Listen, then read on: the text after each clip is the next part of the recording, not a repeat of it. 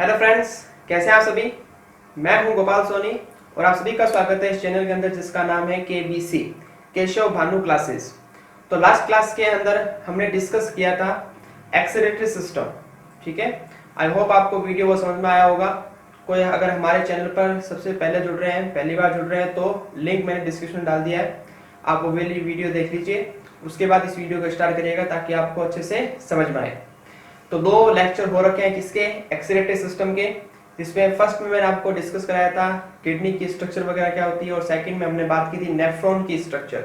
ठीक है, तो जब आपको सेकंड वाला वीडियो पूरा तैयार होगा तभी ये वाला वीडियो आपके समझ में आएगा।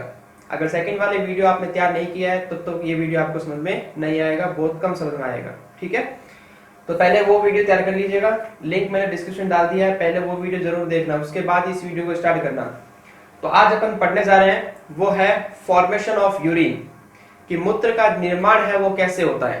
पहले हमने पढ़ी नेफ्रॉन की स्ट्रक्चर, कि नेफ्रॉन की स्ट्रक्चर में क्या क्या पार्ट होते हैं और सब जो जितने भी पार्ट है उनके क्या क्या काम होते हैं।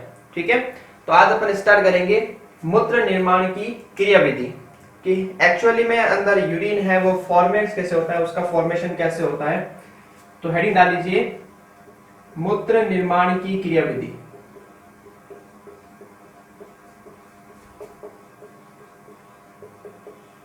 Physiology of the urine formation.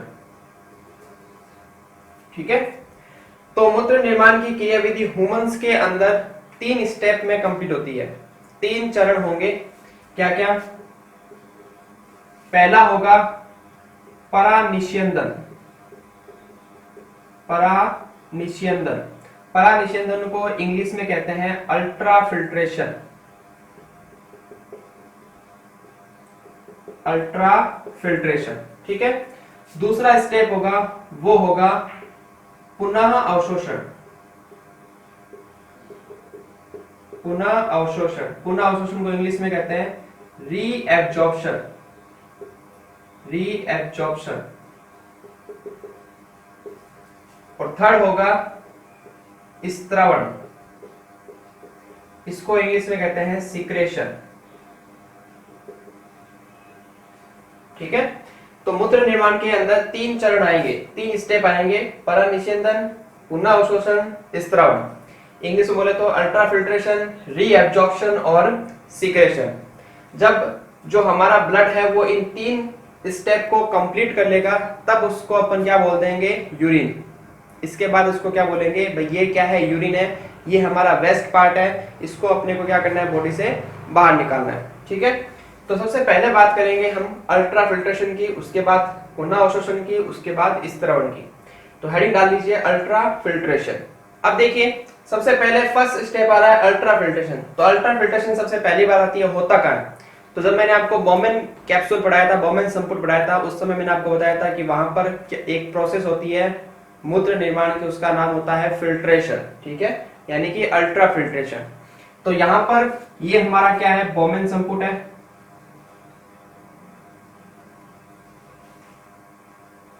ऐसा बनाया था। ठीक है, ये क्या है, बोमेन संपुट है, और इसके अंदर ये आ रही है हमारी अभिवाही धमनिका, यहाँ पर ये गुच्छा बनाएगी और बाहर निकलेगी अपवाही धमनिका। ठीक है, इसका व्यास थोड़ा चौड़ा, इसका व्यास थोड़ा संकरा। ठीक है, इसको बोलेंगे ग्लोमेरुलस। तो ब्लड आएगा इसमें से क्या आएगा, ब्लड आएगा तेजी से, और आगे जाने का रास्ता है वो थोड़ा सा छोटा है। तो छोटा है तो मैंने बताया था कि आपको यहाँ पर ब्लड आएगा कितना, मान लीजिए 100 ml, लेकिन आगे कितना जा रहा है, 80 ml जा रहा है। तो 80 ml जाएगा तो कुछ टाइम के लिए, कुछ सेकंड के लिए ब्लड यहाँ पर क्या होगा, रुकेगा। और जैसे ही ब्लड रुकेगा तो ब्लड क्या होगा, छनेगा। तो छनेगा, इसी छनने की प्रोसेस को क्या बोलते हैं, अल्ट्रा फिल्ट्रेशन। क्या बोलते हैं, अल्ट्रा फिल्ट्रेशन। ठीक है, जब ब्लड इसमें से छनेगा, यानी ब्लड किस में फ्लो हो रहा है, अभी इसके अंदर हो रहा है, ग्लोमेरुलस के अंदर हो रहा है। तो ब्लड निकल कर आएगा किसके अंदर, यहां पर लेकर आएगा। जो फिल्टर होगा वो कहां आएगा, इस वाले पार्ट के अंदर आएगा, यानी कि बोमेन संपुट के अंदर आएगा। ठीक है, इसमें से क्या होगा, फिल्टर होगा, और फिल्टर होकर यहाँ पर भी कुछ एक सेल्स होती है, उन सेल्स का नाम होता है पोडोसाइट्स, जो पिछले वीडियो में डिस्कस की थी, पोडोसाइट्स। तो इन पोडोसाइट्स में से क्या होगा, ब्लड है वो छनेगा। छनेगा तो ब्लड छन करके जो छना हुआ पार्ट आएगा, जो फिल्टर हुआ पार्ट आएगा वो यहाँ आएगा, इस वाले पार्ट के अंदर आएगा, बोमेन संपुट के अंदर आएगा। इसको अपन बोलते हैं ग्लोमेरुलस, ग्लोमेरुलस निस्यंदन, ठीक है, ग्लोमेरुलस निस्यंदन। इंग्लिश में बोले तो ग्लोमेरुलर फिल्ट्रेट, ठीक है, ग्लोमेरुलर फिल्ट्रेट। जो फिल्टर हुआ पार्ट है उसका नाम क्या है, ग्लोमेरुलर फिल्ट्रेट। हिंदी में बोलते हैं ग्लोमेरुलस निस्यंदन, इंग्लिश में बोलते हैं ग्लोमेरुलर फिल्ट्रेट। क्लियर? तो अब इस छने हुए पार्ट के अंदर क्या क्या है, इस छने हुए पार्ट के अंदर क्या क्या है, यानी ब्लड में से क्या क्या चीज है वो इसके अंदर छन गई है, यानी फिल्टर हो गई है। तो यहां पर आपको एक सीधी सी लाइन ध्यान रखनी है कि कौन सा पार्ट छनेगा, तो बोलेंगे प्लाज्मा छनेगा। ब्लड के अंदर आपको पता है, मैंने सर्कुलेशन कराया था उसमें बताया था, ब्लड के दो पार्ट, एक होता है प्लाज्मा, एक होता है ब्लड कार्पल्स। ब्लड कार्पल्स के अंदर तीन पार्ट, आरबीसी, डब्ल्यूबीसी, प्लेटलेट्स, ठीक है। तो यहां पर बात करें तो थोड़ा सा मैं आपको रिवाइज भी करा देता हूं। चलो, ये हमारा ब्लड है, ब्लड के दो पार्ट हैं, एक है प्लाज्मा, ठीक है, और एक है blood carpals. Clear? Blood carpals है वो तीन तरह की है, आरबीसी, डब्ल्यूबीसी और प्लेटलेट्स। क्लियर? थोड़ा सा याद आ गया आपको? तो यहां पर जो फिल्टर होगा, तो फिल्टर क्या होगा, ये वाला पार्ट कभी भी फिल्टर नहीं होगा, ये पूरा पार्ट जो ब्लड कार्पल्स है वो कभी भी फिल्टर नहीं होगा। यानी कभी भी ऐसा नहीं होगा कि इसके अंदर आरबीसी आ गई है, इसके अंदर डब्ल्यूबीसी आ गई है, इसके अंदर प्लेटलेट्स आ गई है, ठीक है, क्योंकि इन सब का जो साइज होता है वो होता है बड़ा। तो साइज बड़ा होता है जिस कारण ये इन जो होल्स दिख रहे हैं आपको, पोडोसाइट्स कोशिकाएं होती हैं, इन होल्स को पार नहीं कर पाती। तो कभी भी इस फिल्टर के अंदर ध्यान रखना, आरबीसी नहीं होगी, डब्ल्यूबीसी नहीं होगी और प्लेटलेट्स भी नहीं होगी। पहली बात ये होगी। दूसरी बात, ये हमारे शरीर के लिए क्या है, आवश्यक है, वेस्ट प्रोडक्ट थोड़ी है कोई, आरबीसी कोई वेस्ट थोड़ी है, डब्ल्यूबीसी कोई वेस्ट प्रोडक्ट थोड़ी है। तो हमें इसको क्या करना है, शरीर के अंदर रखना है कि शरीर से बाहर निकालना है? ऑब्वियसली बात है, सीधी सी बात है, शरीर के अंदर रखना है। तो शरीर के अंदर रखना है तो कभी भी शरीर है वो इस आरबीसी, डब्ल्यूबीसी और प्लेटलेट्स को ब्लड में से अलग करके यहाँ पर नहीं लाएगा, यूरिन के अंदर कभी भी नहीं लाएगा। क्लियर? तो पहला हो गया कि ब्लड में से क्या चलेगा, तो केवल प्लाज्मा वाला पार्ट चलेगा। कौन सा चलेगा? प्लाज्मा वाला। और प्लाज्मा में भी बात करें तो प्लाज्मा के अंदर प्रोटीन प्रेजेंट होते हैं। क्या प्रेजेंट होते हैं? प्रोटीन, जैसे कि फाइब्रिनोजन, प्रोथ्रोम्बिन, ये सारे प्रोटीन क्या होते हैं, जो हमारे रक्त के थक्के में काम आते हैं, ठीक है। इसके अलावा एक प्रोटीन होता है एल्बुमिन, पता है, एल्बुमिन, ठीक है, और एक होता है ग्लोब्यूलिन। ये सारे क्या है, प्रोटीन है। और ये सारे के सारे प्रोटीन हमारी बॉडी के लिए रिक्वायरमेंट है, बॉडी को इनकी जरूरत है। तो बोलेंगे क्या, लाइन बोलेंगे कि प्लाज्मा चलेगा। पहली बात, ब्लड में से ब्लड कार्पल्स वाला 1% भी नहीं चलेगा। कौन सा पार्ट चलेगा? प्लाज्मा वाला चलेगा। प्लाज्मा में भी कौन सा चलेगा? प्रोटीन को छोड़कर बाकी जितना भी प्लाज्मा का पार्ट है वो चलेगा। प्रोटीन कॉपी के टॉप पर लिख लीजिए, प्रोटीन विहीन प्लाज्मा है उसका क्या होगा? फिल्टर होगा। प्रोटीन विहीन प्लाज्मा, ठीक है, प्रोटीन को छोड़कर बाकी जितना भी प्लाज्मा का पार्ट है, जैसे कि उसके अंदर क्या प्रेजेंट है, वाटर प्रेजेंट है, उसके अंदर क्या प्रेजेंट है, ग्लूकोज है, उसके अंदर क्या है, यूरिया है, उसके अंदर क्या है, अमोनिया है, ठीक है, उसके अंदर क्या है, H+ है, उसके अंदर क्या है, K+ है। तो ये सारा का सारा पार्ट है वो फिल्टर होकर के यहाँ आएगा। लेकिन इसके अंदर क्या क्या एब्सेंट होंगे? बोलेंगे आरबीसी एब्सेंट होगी, डब्ल्यूबीसी एब्सेंट होगी, प्लेटलेट्स एब्सेंट होगी, और जो प्लाज्मा की जो प्रोटीन है जैसे कि फाइब्रिनोजन, प्रोथ्रोम्बिन, एल्बुमिन, ग्लोब्यूलिन, ये सारे के सारे यहाँ पर क्या होंगे? एब्सेंट। कभी भी इसके अंदर ये सारे नहीं आएंगे। क्लियर? तो क्वेश्चन आएगा कि भाई जो ग्लोमेरुलस फिल्ट्रेट है या जो ग्लोमेरुलस निस्यंदन है उसके अंदर क्या प्रेजेंट होता है, या इसका उल्टा कर देंगे कि भाई क्या एब्सेंट होता है।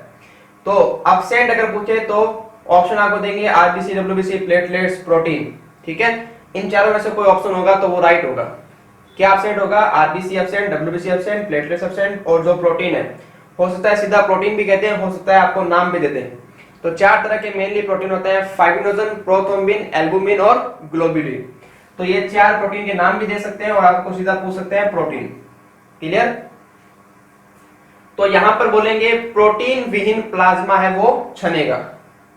यहां पर कौन सा पार्ट आएगा, प्रोटीन विहीन प्लाज्मा। तो हमने ये बात कर ली, अभी कौन कौन सा नहीं आएंगे। अब बात करते हैं इसके अंदर एक्चुअली के अंदर होता क्या क्या है, कौन कौन से पार्ट होते हैं। तो वो देखिए, सबसे पहले बात करें प्लाज्मा, ठीक है। तो प्लाज्मा के अंदर मैंने आपको पढ़ाया था कि 90% पार्ट क्या होता है, वाटर। क्या होता है, वाटर। तो अब बात करें इसके अंदर क्या क्या होगा, ठीक है। ग्लोमेरुलस फिल्ट्रेट के अंदर क्या क्या होगा। तो पहला होगा इसके अंदर वाटर, क्योंकि प्लाज्मा में 90% पार्ट क्या होता है, वाटर। और क्या होगा, और होगा इसके अंदर ग्लूकोज, और क्या होगा, फैटी एसिड, और अमीनो एसिड, और यूरिया, और H+, ठीक है, और बाइकार्बोनेट HCO3-। इसके अलावा कुछ मात्रा के अंदर सोडियम, कुछ क्लोराइड, ठीक है।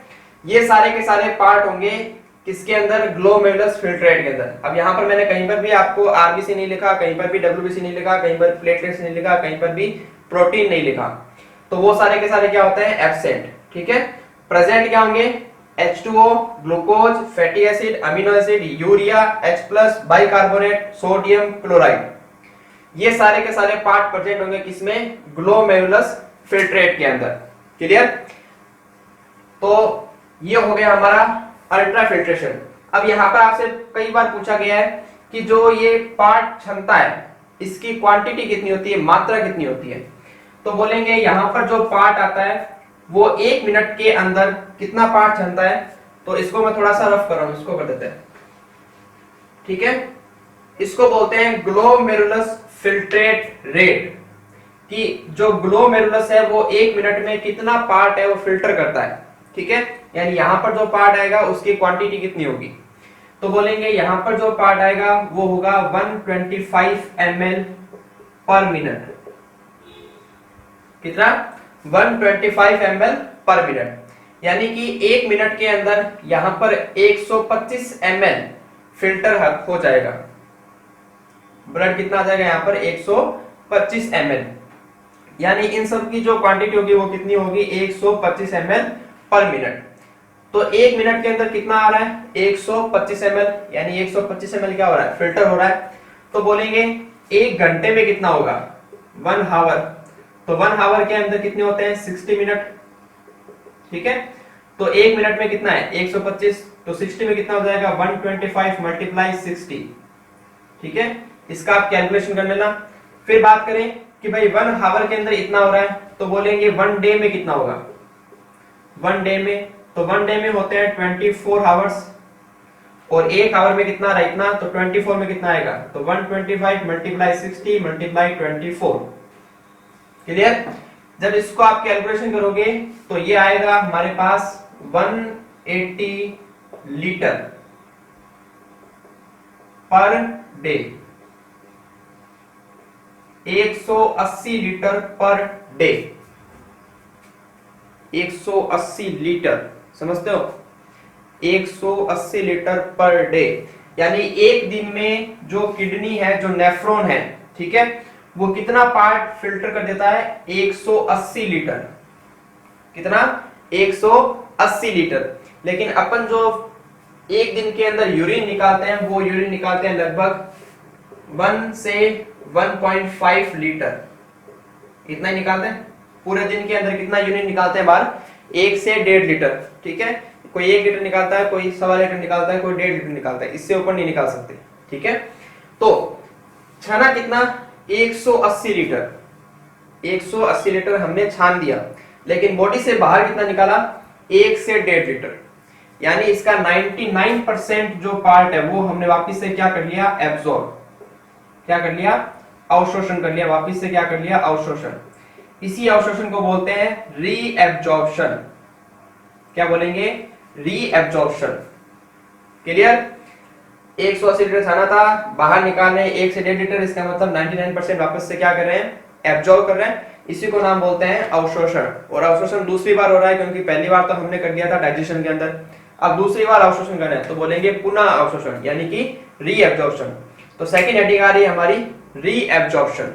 ये वाला ध्यान रखना क्या क्या होता है और क्या क्या नहीं होता है। पर्सन अगर आएगा अल्ट्राफिल्ट्रेशन से तो यही आएगा, ठीक है। और एक डाटा आपको ध्यान रखना है 125 ml पर मिनट। एक ये वाला ध्यान रखना है और एक ये वाला ध्यान रखना है। ये दो डाटा ही आपको ध्यान रखना है कि 1 मिनट के अंदर 125 ml चलता है और एक दिन के अंदर 180 लीटर चलता है, लेकिन बाहर कितना निकलता है 1 से 1.5 लीटर। क्लियर। नेक्स्ट हेडिंग आ रही है रीएब्जॉर्प्शन। अब रीएब्जॉर्प्शन है वो सारा का सारा मैंने पीछे बता रखा है। जब मैंने आपको नेफ्रॉन पढ़ाया था उसमें बताया था कि कहां पर क्या क्या होता है, तो वहां पर अब सीधा अपन लिंक करेंगे, ज्यादा कुछ डिस्कस नहीं करेंगे क्योंकि उसकी स्ट्रक्चर मैंने आपको बता दी। पीसीटी के अंदर क्या होगा, डीसीटी के अंदर क्या होगा, हेनले के रूप में क्या होगा, बस डायग्राम बनाएंगे और सीधा इसको लिंक करेंगे। क्लियर। तो देखिए डायग्राम रीएब्जॉर्प्शन का। सेकंड नंबर देखिए साहब रीएब्जॉर्प्शन पुनः अवशोषण। तो हमने अब क्या कर लिया, फिल्टर कर लिया। जो अपने को फिल्टर करना था वो सारा यहाँ पर आ गया। अब इसमें से जो काम का पार्ट है उसको वापिस से बॉडी के अंदर ले लेंगे और जो काम का नहीं है उसको आगे भेज देंगे। तो ये वाला पार्ट, ये वाली जो ट्यूब है वो कौन सी है, पीसीटी, ठीक है, प्रॉक्सिमल कन्वोल्यूटेड ट्यूब्यूल्स, समीपस्थ कुंडलित नलिका। इसके अंदर मैंने लास्ट क्लास में बताया था कि ये क्या क्या करेगी, ग्लूकोज का, फैटी एसिड का और अमीनो एसिड का। किस किस का, glucose, fatty acid, amino acid, इसका कर लेगी ये 100% अवशोषण। यानी कि ग्लूकोज को आगे नहीं भेजेगी, फैटी एसिड को आगे नहीं भेजेगी और अमीनो एसिड को आगे नहीं भेजेगी, क्योंकि ये होते हैं हमारे काम के एलिमेंट्स, ठीक है। बॉडी को इनकी क्या है, रिक्वायरमेंट है, तो वेस्ट थोड़ी है बॉडी के लिए। तो इनका तो ये क्या करेगी, 100% अवशोषण करेगी। इसके अलावा और क्या करेगी, ये कुछ NaCl निकालेगी, यानी कुछ नमक निकालेगी जो बीपी को मेंटेन करेगा, ब्लड प्रेशर को मेंटेन करेगा। इसके अलावा और क्या निकालेगी, ये निकालेगी बाइकार्बोनेट आयन, HCO3- आयन भी निकालेगी। और क्या निकालेगी, पानी, जितनी रिक्वायरमेंट होगी अपने को। जैसे यहाँ पर तो कितना है, 180 लीटर है, तो 180 लीटर के अंदर मोस्टली क्या प्रेजेंट है, पानी। तो पानी है वो हर जगह निकलेगा, ठीक है, पानी है हर जगह निकलेगा, क्योंकि 180 लीटर है तो 180 लीटर मेनली क्या प्रेजेंट है, पानी प्रेजेंट है। तो पानी को अपने को हर जगह निकालना है, ठीक है। तो यहाँ से क्या क्या निकलेगा, glucose, fatty acid, amino acid, NaCl, bicarbonate और वाटर।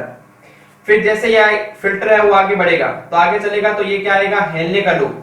क्या आएगा, हेनले का लूप। तो हेनले का लूप क्या करेगा, जो इसकी अवरोही भुजा है वो क्या निकालेगी, केवल पानी निकालेगी। क्या निकालेगी, पानी। और जो इसकी आरोही भुजा है वो क्या निकालेगी, आयंस। आयंस के मतलब सोडियम, क्लोराइड वगैरह, ये सारे बाहर निकालेगी। यानी कि एब्जॉर्प्शन करेगी। पानी का एब्जॉर्प्शन कौन करेगा, अवरोही भुजा। NaCl का एब्जॉर्प्शन कौन करेगा, आरोही भुजा।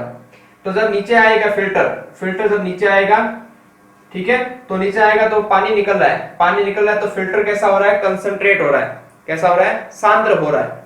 और वापस से जब ऊपर जाएगा तो ऊपर जाएगा तो यहाँ पर क्या निकल रहा है, NaCl निकल रहा है, वाटर नहीं निकल रहा, केवल क्या निकलता है, NaCl। तो वापस से फिल्टर कैसा हो जाएगा, तनु। तो नीचे जाएगा वैसे वैसे सांद्र, वापस से ऊपर आएगा वैसे वैसे तनु, ठीक है। फिर आगे चलेंगे तो ये वाला पार्ट आएगा हमारा डीसीटी।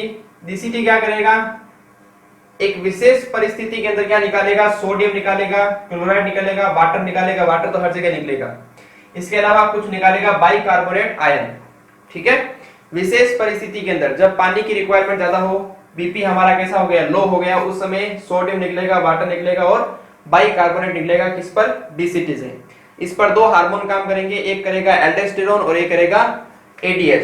तो एल्डोस्टेरोन क्या निकालेगा, NaCl, और एडीएच क्या निकालेगा, वाटर, यानी वाटर को एब्जॉर्ब करेगा। क्लियर। फिर आगे कनेक्ट होता है किससे, कलेक्टिंग डक्ट से, यानी कि संग्राहक नलिका से। संग्राहक नलिका है वो भी विशेष परिस्थितियों के अंदर, यानी अपने को कितना है वो यूरिन को कंसंट्रेट करना है, यानी कितना अपन कर सकते हैं, उस हिसाब से वाटर को यहाँ पर क्या किया जाएगा, एब्जॉर्ब किया जाएगा। इसके अलावा ये कुछ मात्रा के अंदर यूरिया भी निकालती है। तो यूरिया का निकालने का जो पर्पज है, जो उद्देश्य है, उसको डिस्कस करने के लिए एक पूरा टॉपिक है। तो वो अपने काम का नहीं है कि जो आंतरिक पराशर सांद्रता है उसको बनाए रखना होता है, क्यों बनाए रखना होता है, किस लिए होता है, तो उतना अपन डीप में नहीं जाएंगे। तो यहाँ पर आपको बस थोड़ा सा ध्यान में रखना है कि यहाँ पर वाटर के साथ साथ थोड़ी मात्रा के अंदर क्या निकलता है, यूरिया। थोड़ी मात्रा में क्या निकलता है, यूरिया भी निकलता है। किससे, कलेक्टिंग डक्ट से। जब ये फिल्टर किसके अंदर आ जाता है, कलेक्टिंग डक्ट के अंदर आ जाता है। अब इस फिल्टर को अपन क्या बोलते हैं, यूरिन। यहां तक तो क्या बोलेंगे, फिल्टर। क्या बोलेंगे, फिल्टर। लेकिन जैसे ही फिल्टर वो आएगा कलेक्टिंग डक्ट के अंदर, अब इस फिल्टर को अपन क्या बोल देंगे, यूरिन। कि अब जो बन गया है, जो भी प्रोडक्ट बन गया है, इसी का नाम क्या है, यूरिन, मूत्र। ठीक है, यहां तक तो आपने क्या किया था, फिल्टरेड है, फिल्टर है, फिल्टर है, फिल्टर है, क्योंकि अभी तक फिल्टर हो रहा था, कुछ ना कुछ इसमें से निकल रहा था। तो यहाँ पर आकर सारा जितना निकलता निकल गया। अब इस पार्ट को क्या बोल देंगे, यूरिन। ठीक है, इसी के साथ यहाँ पर अपन तीसरा टॉपिक भी डिस्कस कर लेते हैं जिसका नाम है स्त्रवण। क्या नाम है, स्त्रवण। स्त्रवण के अंदर क्या होता है कि कुछ ऐसे पार्ट होते हैं हमारी बॉडी के अंदर, कुछ ऐसे पार्टिकल होते हैं जो क्या होते हैं कि जो ग्लोमेरुलस है उसमें से नहीं छन पाते, जो ग्लोमेरुलस है उसमें से नहीं छनेंगे, तो उस पार्ट को बॉडी से निकालना भी आवश्यक है। और जो ग्लोमेरुलस है वो उसको फिल्टर नहीं कर पा रहा है क्योंकि उसका साइज है वो थोड़ा सा बड़ा है। तो उस कंडीशन के अंदर क्या होता है, जब मैंने बताया था कि ये अपवाही धमनी है, ये इसके चारों ओर एक जाल बनाती है, उस जाल का नाम होता है परिनलिका जाल या परिकेशिका जाल।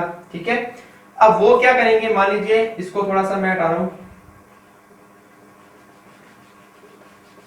इसके चारों तरफ है जो परिनलिका जाल है जो अपवाही धमनिका बनाती है, इसने ये जाल बना रखा है। ठीक है, ये क्यूब आ रही है, तो जो पार्ट नहीं चलेगा वो वापस से कहां जाएगा, इसमें जाएगा। कोई भी पार्ट अगर नहीं चल रहा है वो कहां जाएगा, इसमें से जाएगा। जब इसके चारों ओर जाल बनाएगी तो ये क्या करेगा, जो परिनलिका केशिका जाल है इसमें होते हैं कुछ H+ आयन और कुछ K+ आयन।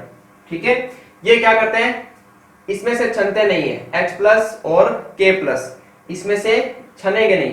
तो छनेंगे नहीं तो यहाँ पर मैकेनिज्म क्या चलती है कि जो परिनलिका केशिका जाल है ये क्या करता है, सीधा ही इसको ट्रांसफर कर देता है किसमें, पीसीटी के अंदर और डीसीटी के अंदर।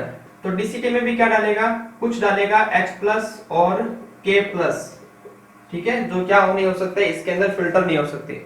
अब ये सारे प्रेजेंट होते हैं जो अपन दवाएं लेते हैं, एंटीबायोटिक्स वगैरह। ठीक है, उसके अंदर H+ होता है, K+ होता है, तो इनको भी हमारी बॉडी से निकालना क्या होता है, जरूरी होता है। तो ये आसानी से यहाँ पर नहीं निकलेंगे, तो इसको एक अलग से मैकेनिज्म होती है, इसका नाम होता है सिक्रेशन। क्या नाम है, सिक्रेशन यानी कि स्त्रवण। इस मैकेनिज्म के थ्रू है वो इसको किसमें डालेंगे, फिल्टर के अंदर डालेंगे। तो तीन तरह की मैकेनिज्म हो गई, पहला हो गया अल्ट्राफिल्ट्रेशन, दूसरा हो गया रीअब्जॉर्प्शन और तीसरा हो गया सिक्रेशन। तो सिक्रेशन के अंदर अपन H+ और K+ को डालेंगे किसके अंदर, पीसीटी के अंदर और डीसीटी के अंदर। तो अब इस यहाँ पर जो भी आएगा, ठीक है, जो भी लिक्विड बनेगा यहाँ पर कलेक्टिंग डक्ट के अंदर, उसको अपन क्या नाम दे देंगे अब, यूरिन, कि भाई ये हमारा क्या बन गया, यूरिन बन गया। तो ये आगे इसका पार्ट बता चुका हूँ पिछले वीडियो के अंदर। कहाँ जाएगा, पहले जाएगा कलेक्टिंग डक्ट के अंदर, कलेक्टिंग डक्ट कहाँ खुलेगी, पिरामिड्स के अंदर, पिरामिड से यूरेटर, यूरेटर से यूरिनरी ब्लैडर, उसके बाद यूरेथ्रा के थ्रू बॉडी से बाहर। तो ये हो गया हमारा कंप्लीट यूरिन फॉर्मेशन। कितना निकलेगा पर डे, 1 से 1.5 लीटर, लेकिन छनेगा कितना, 180 लीटर, ध्यान रखना। ठीक है, तो आज के लिए इतना ही। वीडियो अगर पसंद आया तो लाइक कर दीजिए, शेयर कर दीजिए दोस्तों के बीच में, ताकि वो भी थोड़ा बहुत लाभ उठा सकें इस वीडियो का। और नए हो तो चैनल को कर लीजिए सब्सक्राइबर और लगा दीजिए बेल आइकन को, ताकि जैसे ही हमारा वीडियो आएगा आपको मिल जाएगा नोटिफिकेशन। तो मिलते हैं नेक्स्ट क्लास के अंदर, डिस्कस करेंगे किडनी का रेगुलेशन, यानी किडनी कैसे कंट्रोल होती है अपने आप में, और साथ में डिस्कस करेंगे कुछ डिजीज, किडनी से रिलेटेड जो भी डिजीज है थोड़ी बहुत उनकी बात करेंगे। तो कल इस वीडियो को जो टॉपिक है उसको एंड कर देंगे अपन। तो खुश रहिए, आबाद रहिए, ठीक है, घर में रहिए, और मिलते हैं नेक्स्ट वीडियो के साथ। तब तक टाटा बाय बाय, शबा खैर।